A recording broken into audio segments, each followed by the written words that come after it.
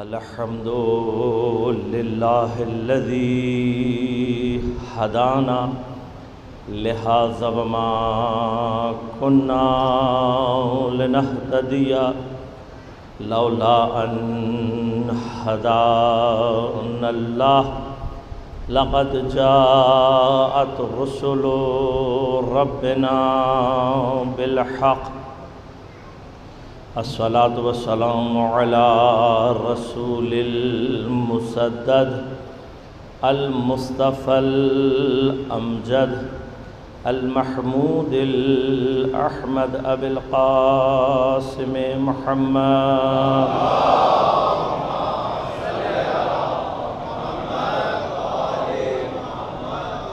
والصلاة والسلام على أسد الله الغالب غالب على كل غالب علي بن أبي طالب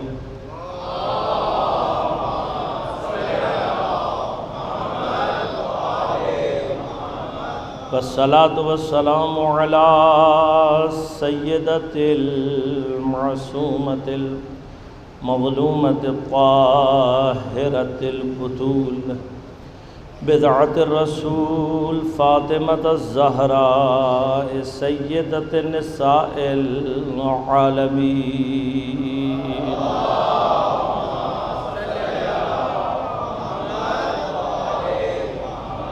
والصلاة والسلام على الحسن المجتبى والحسين المظلوم وأهل بيته الطيبين الطاهرين المعصومين المظلومين المنتجبين المنتخبين ولعنة الله على أعدائهم أجمعين أما بعد قال الله تعالى في كتابه الكريم بسم الله الرحمن الرحيم ومن يعظم شعائر الله فإنها من تقوى القلوب صلوات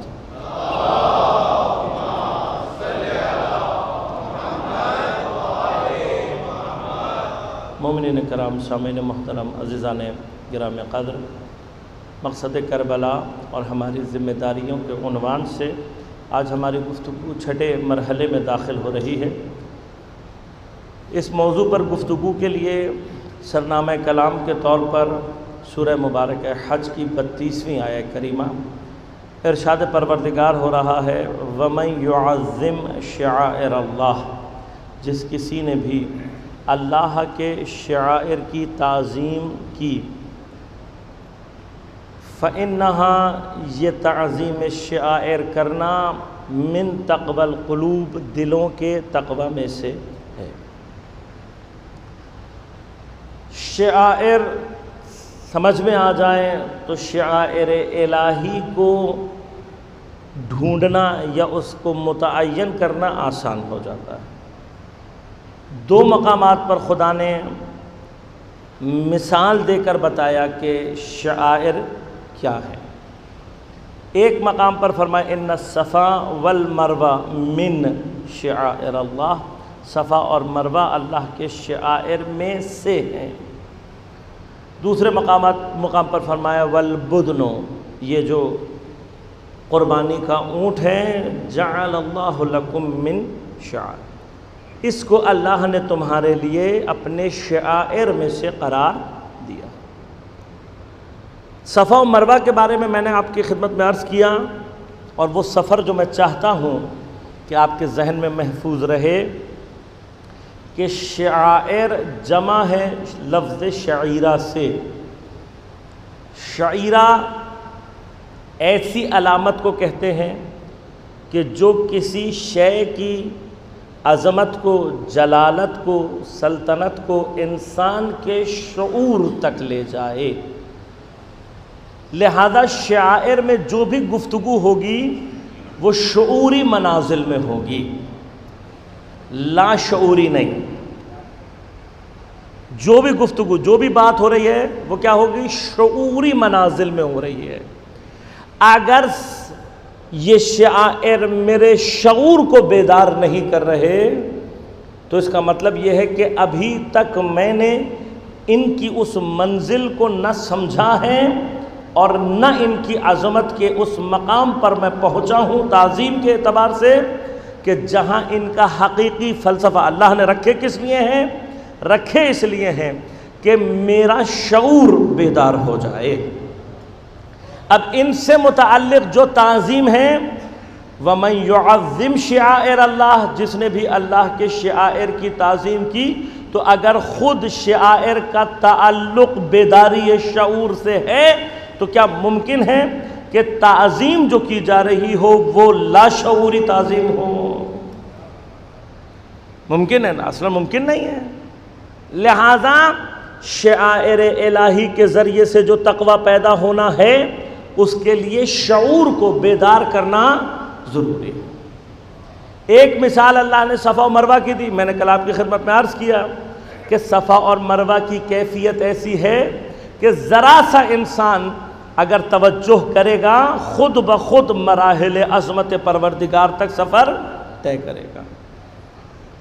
آپ نے جیسے ہی صفا اور مروہ کے بارے میں سنا کہ بھئی صفا اور مروہ کیا ہیں، پتہ لگا دو پہاڑیاں ہیں، تو کیا پہاڑی عظمت کو بیان کر رہی ہے؟ نہیں، خود اس کا کوئی تعلق نہیں ہے، وہ منسوب ہیں اپنے زمانے کے بہترین افراد سے،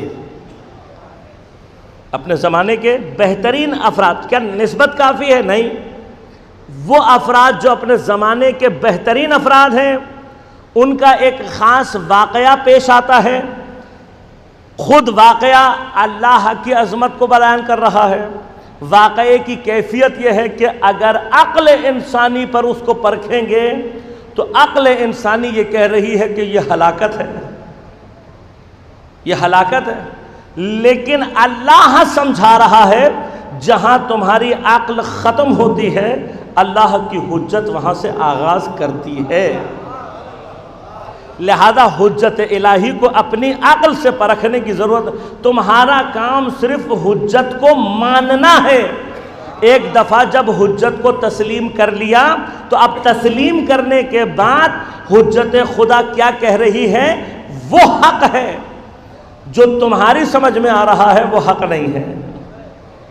تو اس منزل میں داخل ہونے کی ضرورت ہے نا، اس منزل میں داخل ہونے کی ضرورت ہے۔ یعنی شاعر کا کام ہی یہ ہے کہ مجھے یہ سمجھائے کہ دیکھو ایک مرتبہ حجت کو پہچان لو، ایک مرتبہ، اور جب پہچان لیا تو پھر تسلیم کیسے ہونا ہے؟ تسلیم ایسے ہونا ہے کہ اب پھر اپنی عقل نہیں لگانی، بلکہ صرف جو حجت کہہ رہا ہے گرچہ وہ میری عقل کے خلاف ہی کیوں نہ ہو، جب تک اس مرحلے میں داخل نہیں ہوگے نہ تمہیں شاعر سمجھ میں آئیں گے نہ ان کی تعظیم سمجھ میں آئے گی۔ لہٰذا ایک بار پھر سے دہراؤں کہ ایک دفعہ حجت کو پہچانو، پھر تمہیں عقل استعمال کرنے کی ضرورت نہیں ہے، پھر جو حجت زمان کہے وہ کرنا ہے، پھر چون و چران نہیں ہونا چاہیے، کیوں اور کیا نہیں ہونا چاہیے۔ میں نے کل عرض کیا کہ امام حسین علیہ السلام کے ساتھ کربلا میں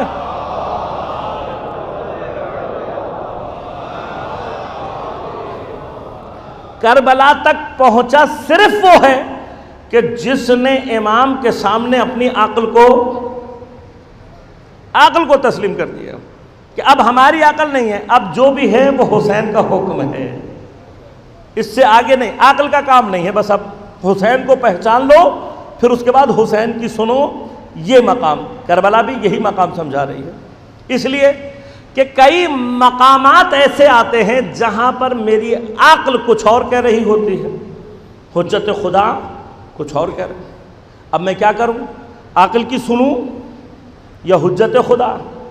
تو مراحل ایسے پیش آتے ہیں، اللہ تعالیٰ امتحان بھی ایسے ہی لیتا ہے۔ اب میں تھوڑا سا پھر آپ کے لیے ایگزامپلیفائی کروں۔ فرض کیجئے کہ مقام ایسا ہو کہ آپ کو حجت خدا نے بھیجا جنگ میں، آپ لڑنے جا رہے ہیں، جو مقابلے پر ہے وہ اپنی تاریخ کا سب سے بڑا فتنہ، اپنی تاریخ کا سب سے بڑا فتنہ، اور آپ جنگ لڑتے ہوئے اتنے نزدیک پہنچ گئے کہ بس کچھ دیر اور چاہیے، تاریخ اسلام کا سب سے بڑا فتنہ اس کا سر قلم ہو جائے گا. میں کہوں شاید آتی ہوئی کربلا ٹل جائے, آتی ہوئی کربلا ٹل جائے. اتنے نزدیک, اتنا بڑا فتنہ تاریخ اسلام میں. جس تاریخ اسلام میں جس انحراف کو تلاش کرو گے اس کی جڑ اسی فتنے پہ جا کر ختم ہوتی ہے. چیلنج کر کے بتا رہا ہوں, ثابت بھی کر سکتے. تاریخ اسلام میں جو انحراف اسی کے پر جا کے ختم ہو رہی ہے. اب جو اتنا شریر ہے خدا جانے اس کو اپوائنٹ کرنے والا کیا ہوگا. بہرحال اس سے زیادہ میں گفتگو نہیں بڑھا سکتا آگے. اس کو یہاں تک لانے والا کیسا ہوگا. اب اتنا شریر, اتنا اللہ کا دشمن, اہل بیت کا دشمن آپ کے سامنے کھڑا ہوا ہو, کتنی دیر, 5 قدم کا فاصلہ ہو, صرف 5 منٹ آپ کو چاہیے. 5 منٹ میں آپ اس کا صفایا کر دیں. پورا گراؤنڈ آپ کے کنٹرول میں ہے, ایوری تھنگ, سب کچھ آپ کے کنٹرول میں ہے. 5 منٹ چاہیے آپ کو. اور جب آپ آخری حملہ کرنے کے لیے پوری طرح سے تیار ہوئے, پیچھے سے حجت خدا نے کہا واپس آ جاؤ. موقع آپ سمجھ گئے ہیں. مالک اشتر ام الفساد کے خیمے سے صرف 5 قدموں کے فاصلے پر ہے. پوری جنگ انڈر کنٹرول ہے. جناب مالک اشتر جانتے ہیں کہ کتنا بڑا شر ہے یہ. بھئی میرے جیسا کوئی ہوتا اور اس کے پاس یہ سچویشن آ جاتی تو وہ یہی سوچتا کہ پہلے اس کو صاف کر دوں, بعد میں مولا سے ایکسکیوز کر لوں گا. ایکسکیوز کر لوں گا, کہوں گا مولا میری سمجھ میں نہیں آ رہا تھا. بہانے کرنے میں تو ہمیں ٹائم ویسے بھی نہیں لگتا. تو ہم تو مولا کو بہت سارے بہانے بنا کر دے سکتے ہیں. ہم جو بہانے بنا کر دے سکتے ہیں اسی لیے مالک اشتر نہیں بنتے.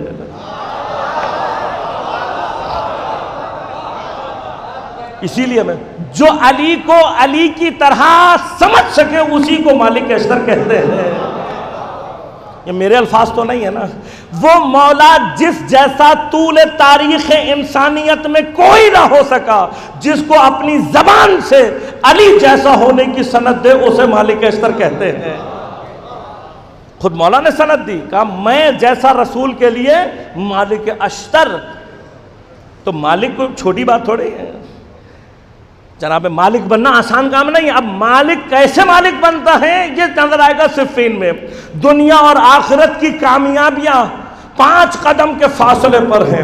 ایک مرتبہ آواز آئی, مالک مولا بلا رہے ہیں. جو ایک آواز پر دنیا اور آخرت کی کامیابیاں علی کے قدم میں ڈال دیں اسے مالک اشتر کہتے ہیں. ہم سے تو کچھ روپے علی کے نام پہ نہیں دیے جاتے. ہم سے تو مولا کے نام پہ کچھ پیسے نہیں نکلتے, چھوٹی سی قربانی نہیں دے سکتے. جو دنیا اور آخرت کی کامیابیاں علی کے قدموں پر نچھاور کر دے اسے. اب یہ مقام کیسے آئے گا؟ عقل کہہ رہی ہے کامیابیاں, علی کہہ رہے ہیں واپس آ جاؤ. تو جو اپنی کامیابیوں پر حجت خدا کو ترجیح دے وہ مالک اشتر. کیسے آئے گا یہ مقام؟ جب شعائر کی تعظیم, جب شعائر الہی کو پہچاننے کے قابل ہو جاؤں گا اس مرحلے میں. لہذا اب اللہ نے دوسری مثال کیا دی, کہا جانور. یہ جانور, اب یہ جانور کیا ہے؟ کہا من شعائر اللہ, یہ بھی اللہ کے شعائر میں سے ہے. لہذا اب اس کی تعظیم کرنی ہے. یہ جو جانور ہے اس کی تعظیم کرنی ہے. ہم تعظیم کرتے ہیں. عجیب بات ہے, واقعاً عجیب بات ہے. 1 مہینے پہلے ذرا سی ویڈیو ریورس کریں, 10 ہی تاریخ ہے مہینے کی 10ویں ہی تاریخ ہے. کسی کی قربانی کی یادگار ہے. ہر آدمی سجا کر اس کے اوپر بیل بوٹے لگا کر اسے نہلا کر دھلا کر بڑے افتخار سے رسی پکڑ کے آگے آگے چل رہے ہوتے ہیں. آج تک کبھی کسی نے بدعت کا نعرہ لگایا؟ کسی نے بدعت کا نعرہ نہیں لگایا. اس کو دیکھ کر کوئی بدعت کا نعرہ نہیں ہے. ٹھیک 1 مہینے بعد چلے جاؤ, پھر 10 تاریخ, پھر کسی قربانی کی یاد میں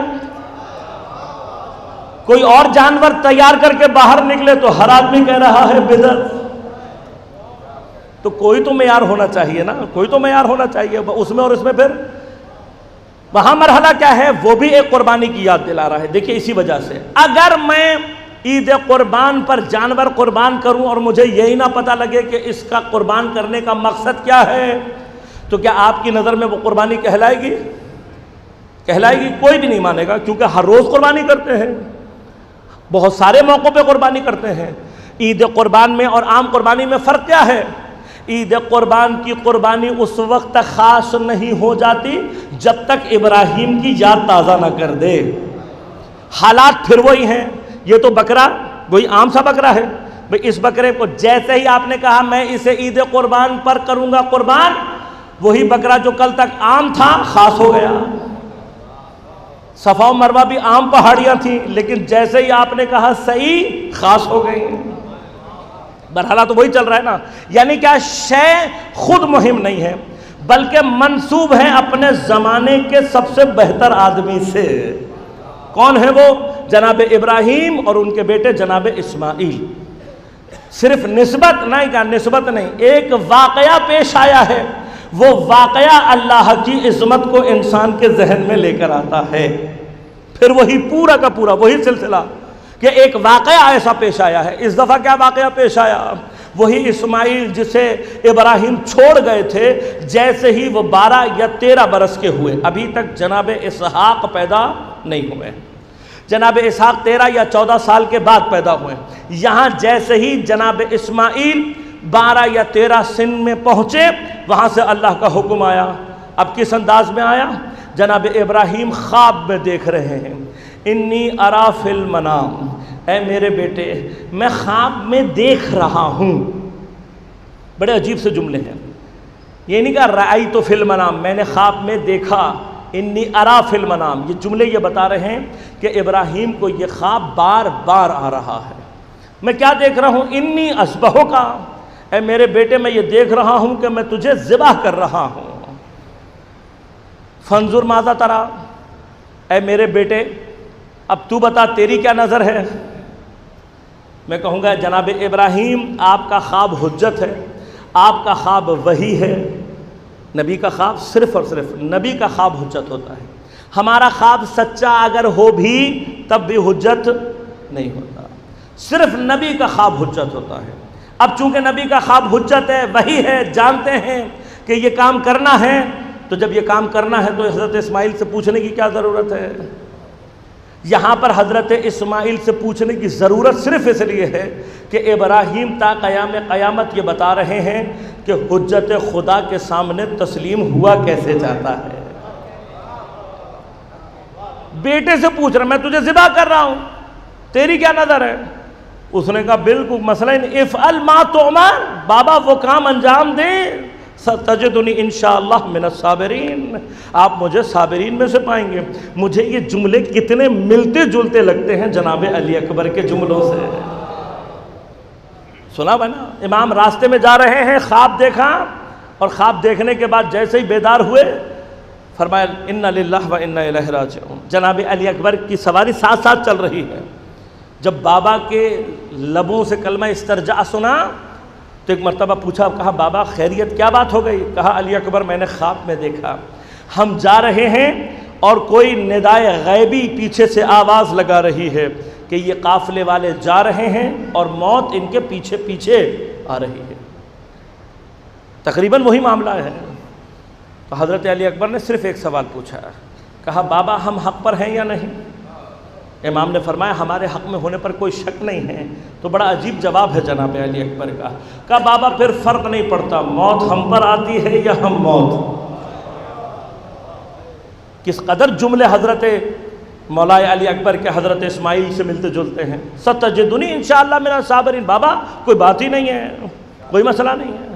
اب جب یہ مرحلہ طے ہو گیا، یعنی ابراہیم بتا رہے ہیں کہ مقام شاعر تک اگر سفر کرنا ہے، شعوری سفر کرنا ہے، اس شعور کے ساتھ آنا ہے کہ قربانی دینی ہے، لا شعوری نہیں، غلطی سے نہیں۔ کربلا کوئی غلطی سے نہیں پہنچتا، یاد رکھیے گا، کربلا کوئی غلطی سے، چانس سے نہیں پہنچتا۔ کربلا شعوری منزلوں کا نام ہے، شعور کے ساتھ کربلا پہنچا جاتا ہے، تمام تر شعور کے ساتھ۔ اب حضرت ابراہیم لے کر چلے، واقعات آپ کی خدمت میں موجود ہیں، میں اس سے تیزی سے سفر کروں گا۔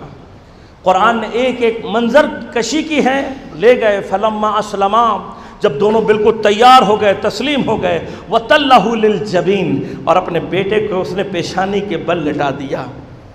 اب یہاں تک قرآن آیا ہے اور اس کے بعد کے واقعات کو بظاہر اسکپ کیا اللہ نے، اس کے بعد کے واقعات بیان نہیں کیے۔ کیوں؟ اس لیے کہ انسانی قلب کے لیے یہ مناظر تھوڑے سے سخت ہیں کہ جہاں بوڑھا باپ آنکھوں پہ پٹی بنا کر جوان بیٹے کے ہاتھ اور پاؤں باندھ کر چھری اس کے گلے پر رکھ کر چلائے، یہ سخت مراحل ہے۔ قرآن نے اس مرحلے سے بھی ایوائڈ کیا۔ وَنَادَى رَبَّهُ، ابراہیم سے کہا اے ابراہیم صدقت الرؤیا، تم نے اپنا خواب سچا کر کے دکھا دیا۔ کچھ علماء نے یہاں پر کہا کہ اللہ نے اپنا حکم اٹھا لیا۔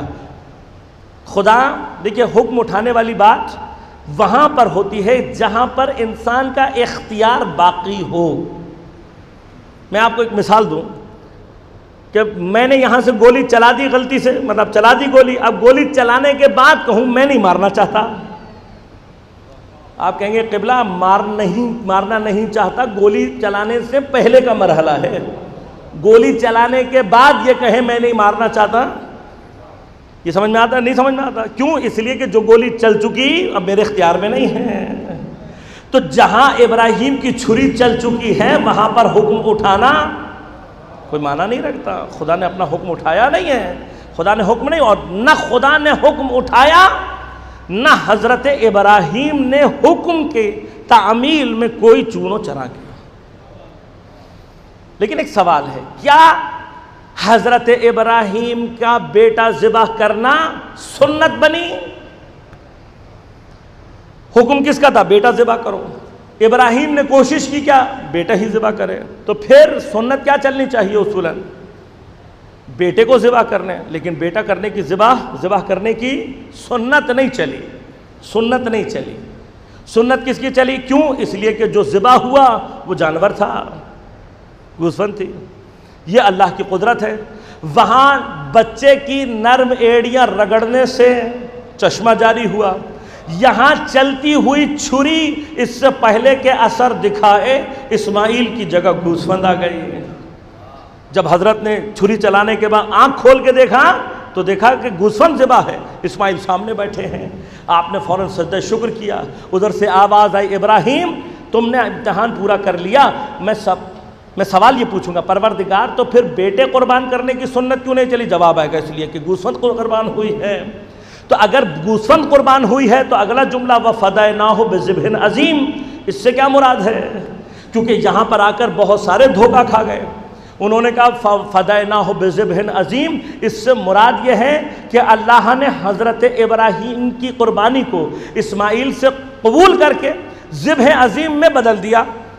تو اب ذبح عظیم کی جگہ کیا ہے؟ گوسفند۔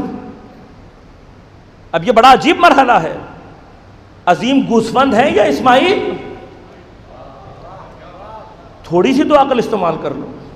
ایک طرف اللہ کا نبی ہے، صاحب کرامت ہے، ذبیح اللہ ہے، اس کے مقابلے پر اللہ بدل کے تو اب کیا ہوا؟ اب جب دیکھا کہ گوسفند تو اسماعیل کا مقابلہ نہیں کر سکتی تو گوسفند کا مقام بڑھانے کی کوشش کی کہ کسی طرح سے گوسفند عظیم ہو جائے۔ اب گوسفند عظیم کیسے ہوگی؟ کہا یہ گوسفند یہ جنت کی تھی، گوسفند جنت سے آئی تھی۔ اچھا جنت سے بھی آئے تو پھر کیا صاحب کرامت ہو جاتی ہے؟ کہا نہیں، پتہ نہیں کتنے ہزار سال اس نے جنت کی پتہ نہیں کون سی گھاس کھائی وغیرہ وغیرہ، پوری کہانی بنا لی۔ لیکن مسئلہ یہ ہے کہ سب کچھ کرنے کے بعد جب وہاں سے آئی تو گوسفند ہی تھی۔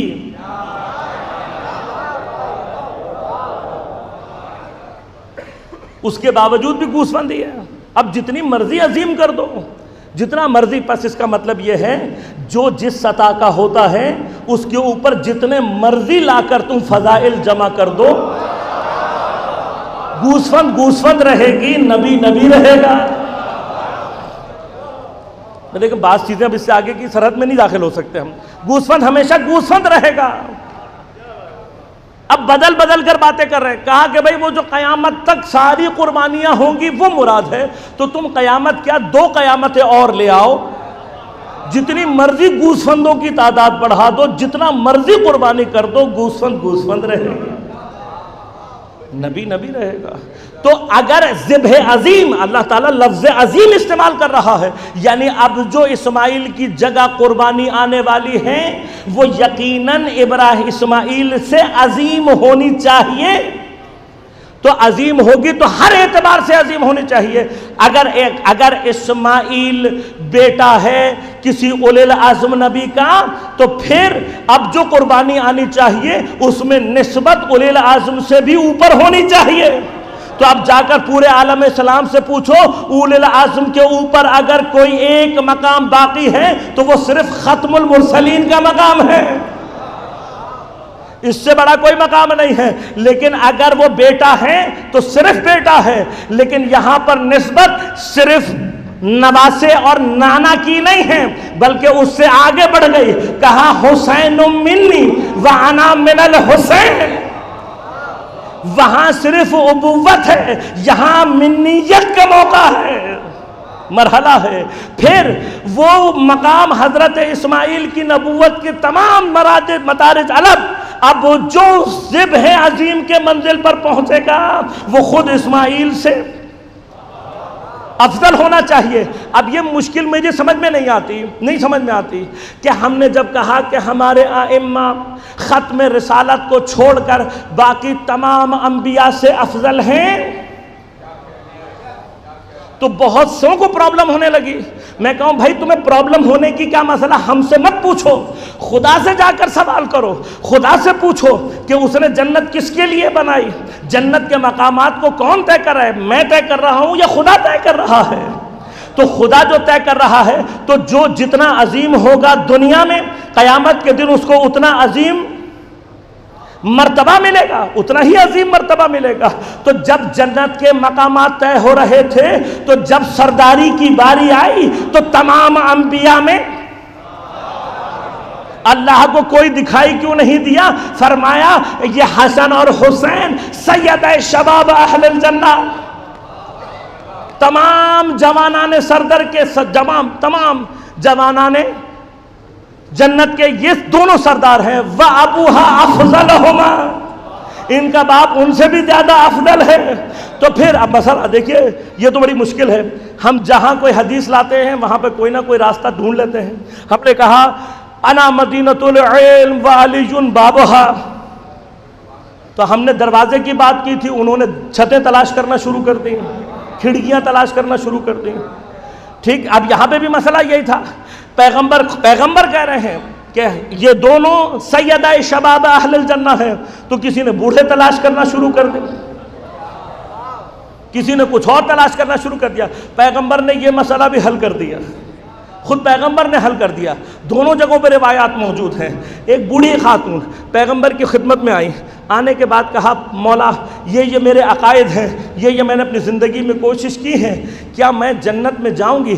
پیغمبر نے فرمایا مادر گرامی، بوڑھی عورتیں جنت میں نہیں جائیں گی، بوڑھی عورتیں جنت میں نہیں جائیں گی۔ یہ سننا تھا، بیچاری کا چہرہ تھوڑی دیر کے لیے مرجھا گیا۔ مرجھانے کے بعد کہنے لگی یا رسول اللہ کیا کوئی چانس نہیں ہے؟ اب سمجھ گئے مولا کہ ان کے دل پہ تھوڑی سی بات سمجھ میں نہیں آئی ان کو۔ پیغمبر نے فرمایا مادر گرامی، میں یہ نہیں کہنا چاہ رہا کہ آپ بوڑھی ہو کر جنت میں جائیں، میں آپ کو پہچانا ہی یہ چاہتا ہوں، آپ مومنہ ہیں اور جب جنت میں جائیں گی تو جوان ہو کر جائیں گی۔ پھر فرمایا جنت بوڑھوں کی جگہ نہیں ہے۔ تو اب میں کیا کہوں اس سے آگے؟ اگر کسی کو بوڑھوں کا سردار بنا رہے ہو تو پہلے سوچو تو صحیح، جنت بوڑھوں کی جگہ نہیں ہے۔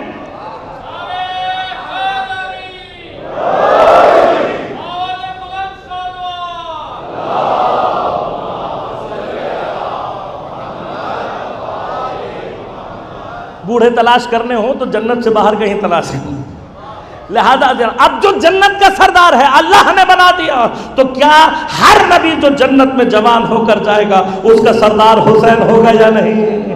سردار افضل ہوتا ہے یا رعایا افضل ہوتی ہے؟ اللہ سے جا کر سوال کریں۔ لہذا اب جو ذبح عظیم آنا ہے وہ افضل ہونا ہے۔ مقام یہ ہے، مقام اللہ نے فوراً اس قربانی کو قبول کر لیا۔ چھری چل رہی تھی، اللہ نے بدل دیا۔ بدلنے کے بعد کیوں سنت نہیں پڑی ابراہیم کی؟ اس لیے کہ بیٹوں کی قربانی کرنا امت کا کام نہیں ہوتا، امام کا کام ہوتا ہے، امام کا کام ہوتا ہے۔ لیکن مقام شعائر کیا ہے؟ مقام شعائر یہ ہے کہ شعائر اب ہر ایسی چیز ہوگی، دیکھیں 3 مقام میں نے آپ کو بتا دیے، چیز عام سی ہوگی لیکن اپنے زمانے کے بہترین افراد سے منسوب ہوگی، صرف نسبت کام نہیں، صرف نسبت کافی نہیں ہے، بلکہ کیا ہوگا، ایک ایسے واقعے سے جڑی ہوگی جو خدا کی عظمت کو، جلالت کو شعور میں لے کر آ رہی ہوگی۔ شعائر کا کام ہی شعور کو بیدار کرنا کام ہے شعائر کا۔ تو اب میرا سوال یہ ہے، اگر یہ واقعہ پیش آئے گا کہ کسی بچے کی ایڑیوں سے پانی کا چشمہ جاری ہوگا تو عظمت خدا، قربانی دی جائے گی تو عظمت خدا سمجھ میں آئے گی۔ اب اگر ایسا ہی، میں نے کہا ایسا ہی واقعہ دوبارہ کبھی پیش آئے، اپنے زمانے کے بہترین افراد ہوں، ایک بے آب و گیاہ مقام پر جا کر اللہ کے حضور اپنی قربانیاں پیش کر رہے ہیں، تو فرق کیا ہے؟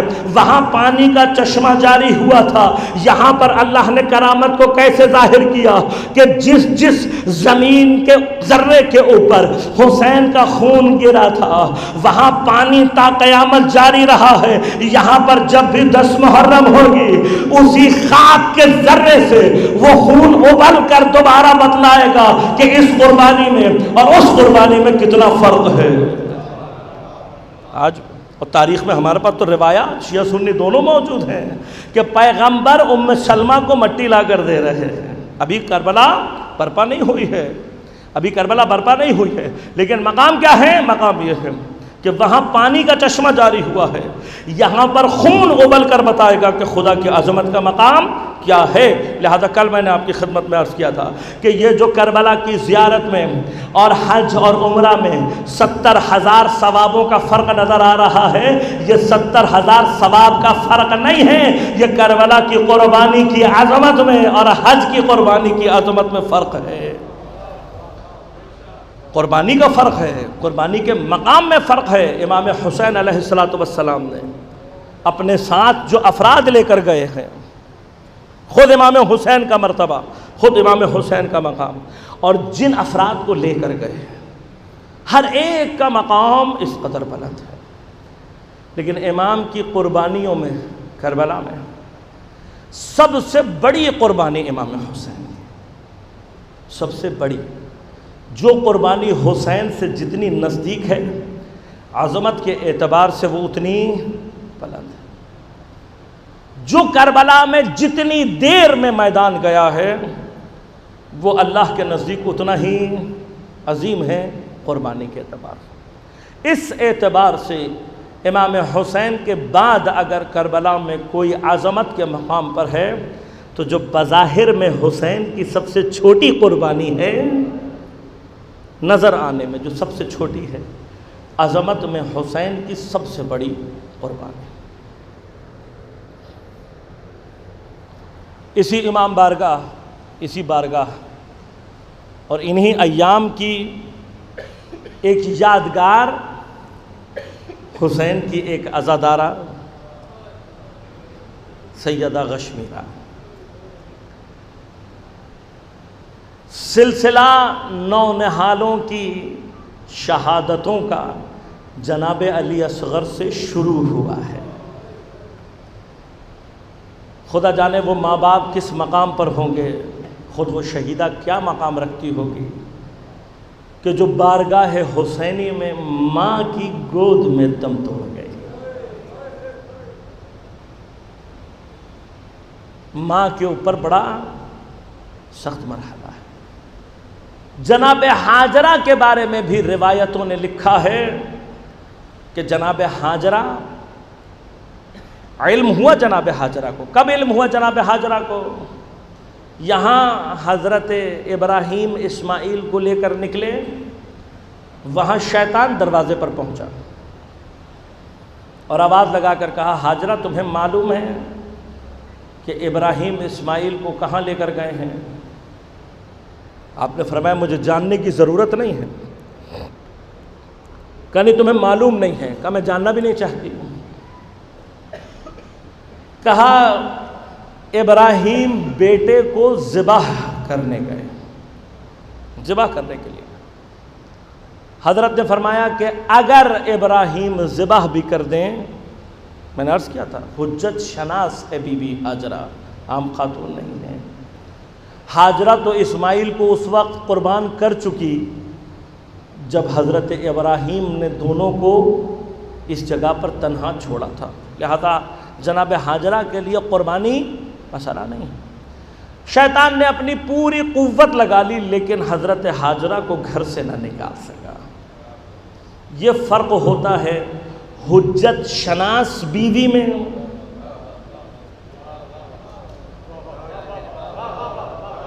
نبی کی بیوی ہیں لیکن اگر حجت شناس ہو تو شیطان جتنی مرضی کوشش کر لے گھر سے باہر نہیں نکلتے، لیکن جو اپنے زمانے کے شیطانوں کے بہکاوے میں آ جائے، بہرحال آگے کی داستان آپ کے خطر۔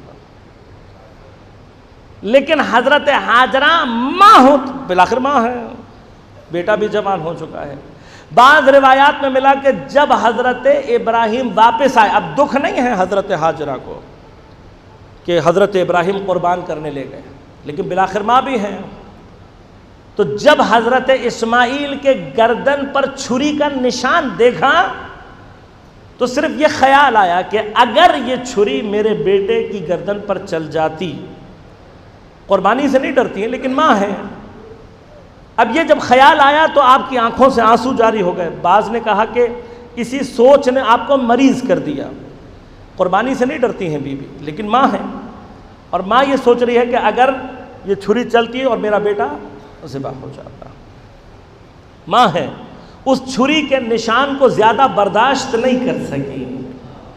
میں کہوں گا جناب ہاجرہ پھر آپ سے عظیم وہ ماں ہونی چاہیے نا، آپ نے تو چھری کا نشان دیکھ کر گریہ شروع کر دیا، آپ کا بیٹا ماں کی آغوش میں ذبح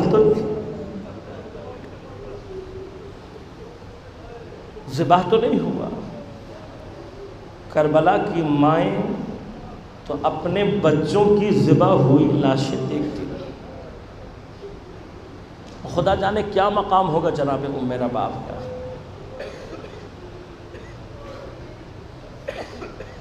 کربلا میں امام حسین کی غربت کا اندازہ لگانا ہے تو امام کے استغاثے سے اس کا اندازہ لگائی، کس قدر غریب ہو گئے ہوں گے امام جب انہوں نے یہ آواز لگائی ہوگی کہ حل من مغیث یغیثنا، ہے کوئی ہماری مدد کرنے والا، ہے کوئی ایسا مددگار جو آ کر ہماری مدد کرے۔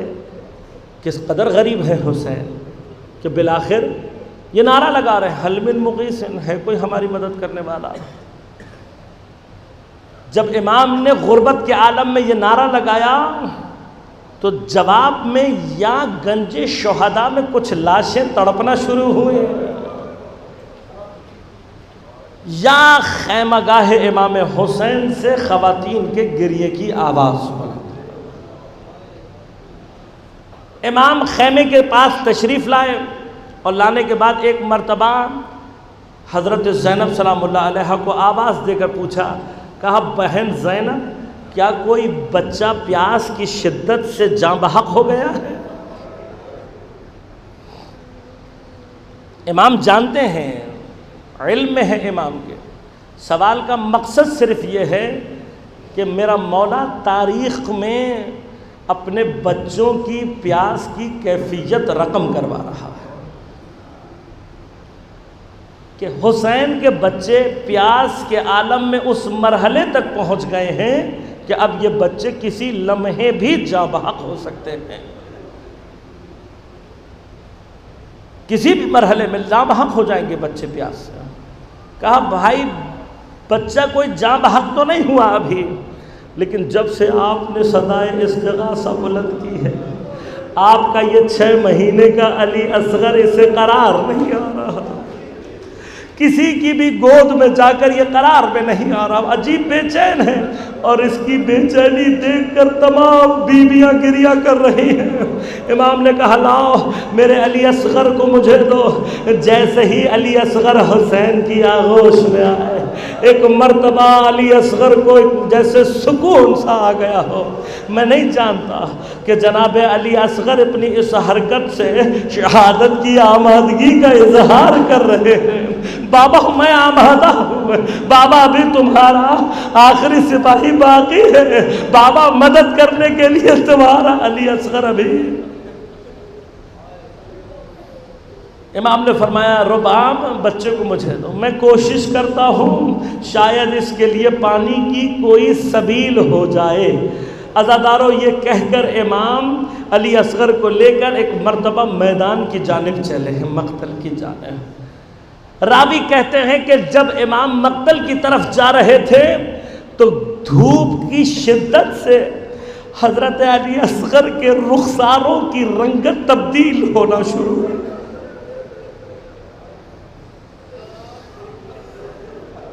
دھوپ ہے، سخت دھوپ ہے، جناب علی اصغر کے رخساروں کی رنگت تبدیل ہونا شروع ہوئی۔ جب امام نے اپنے پھول سے بچے کی رنگت کو تبدیل ہوتے ہوئے دیکھا، ایک مرتبہ ابا کے دامن کو جناب علی اصغر کے اوپر ڈال دیا کہ میرے بچے کو دھوپ نہ لگے۔ اس عالم میں جب حسین لشکر کے نزدیک پہنچے، کسی نے آواز لگائی، کہا اب حسین قرآن لے کر آئے ہیں، اب حسین قرآن لے کر آئے ہیں۔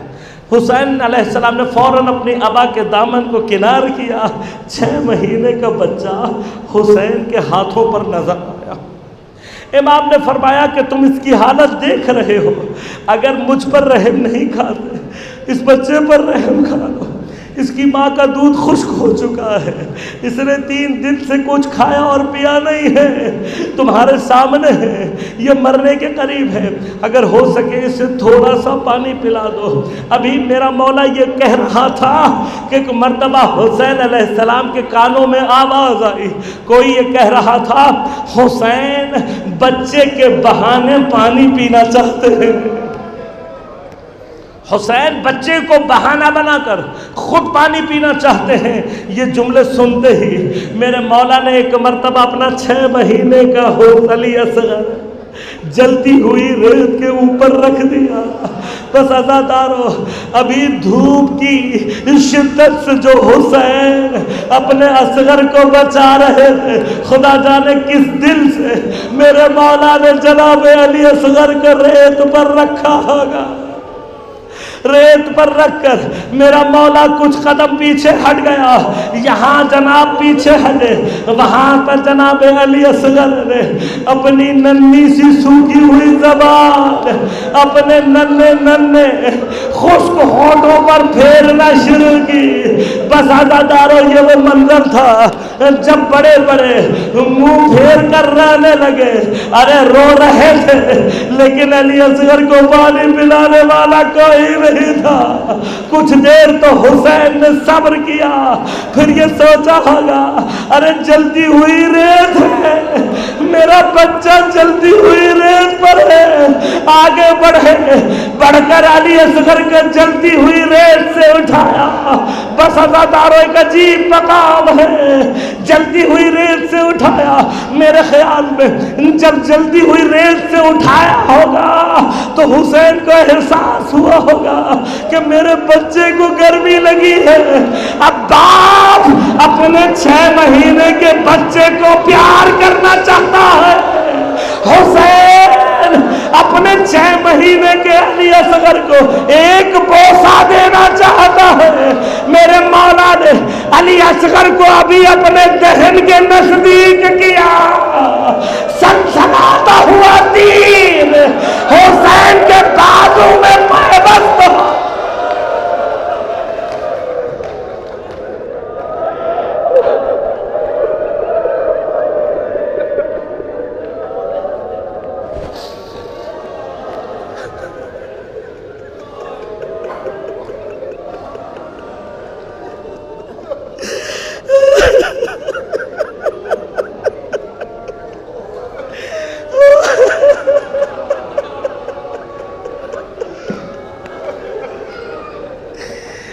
داروں تھوڑی سی دیر کے لیے سوچو،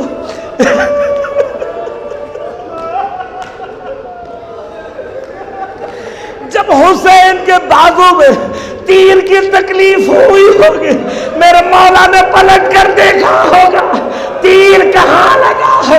ارے اپنے بازو پر نگاہ کرنے سے پہلے علی اصغر کے گلے پر نگاہ پڑی۔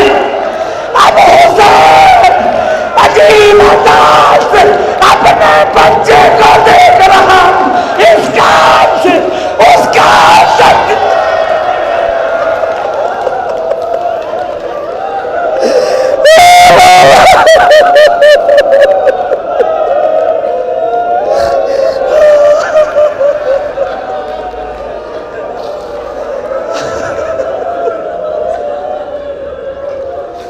علی اصغر کو پانی نہیں ملا۔ اجازت دارو، جتنا پیاسا تھا علی اصغر، تاریخ نے لکھا، اور بچے کی گردن سے ایک چلو سے زیادہ خون نہ نکل۔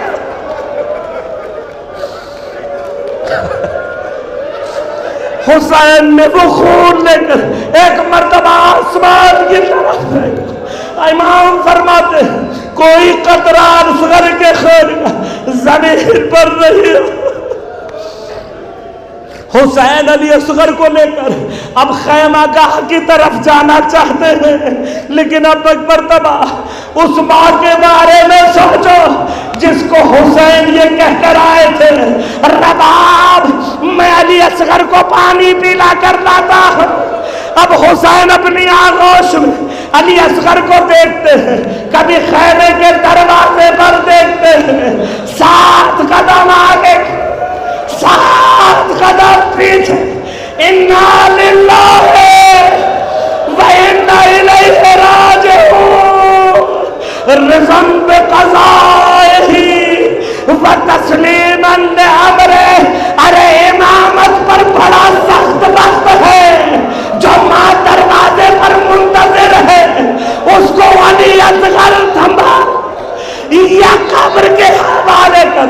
میرا مولا خیموں کے پیچھے چلا، رباب میدان کی طرف دیکھ رہی تھی۔ جیسے ہی مولا نے اپنا رخ خیموں کی پشت پر کیا، ایک مرتبہ بی بی تڑپ کر رہ گئی، ارے دل کو سنبھال کر